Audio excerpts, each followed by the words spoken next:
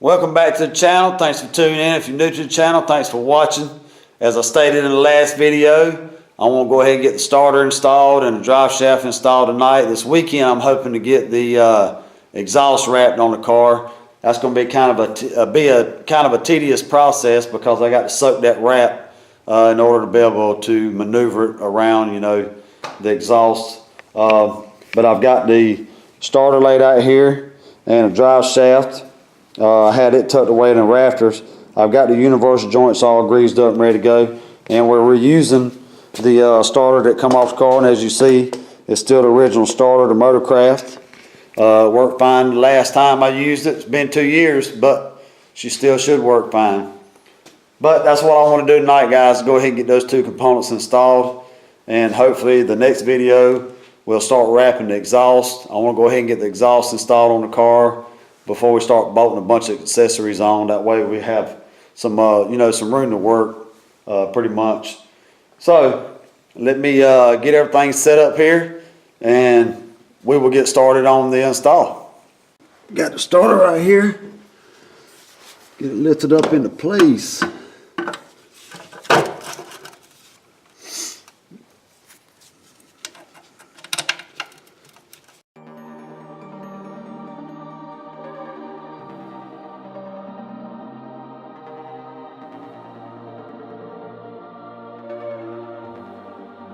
Starter's installed. Now we will jump back there and work on getting that drive shaft put in.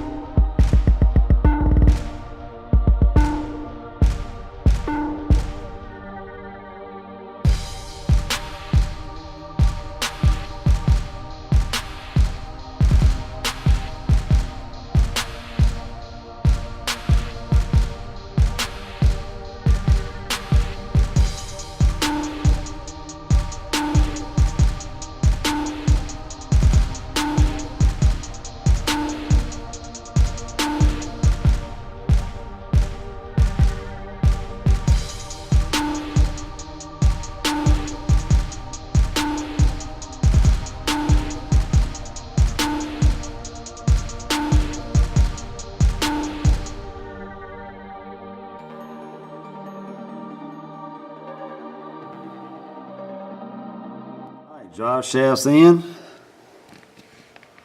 nice and tight. So let's get off this cold floor and wrap this video up. All right, starter's in, drive shaft's in. So that's a no, I'm marking off the list.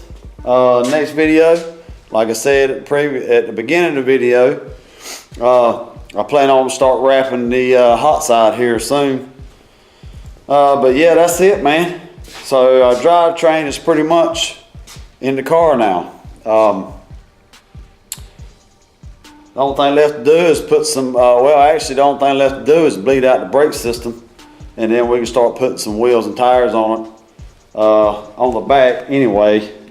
The front we still got to finish up the wire tuck, put the fenders on, all that good stuff, but we'll worry about that later on down the road. We just need to start getting back on the engine. I did notice when I was down there that it looks like my drain plug is seeping a little bit, so I think I'm gonna go ahead and order a new drain plug. Probably go ahead and replace both of them while I'm at it. I'm pretty sure they're probably really not that expensive. If you like the video, drop me a comment down below, give me a thumbs up. Thanks for subscribing, thanks for watching, and I will see you guys in the next one.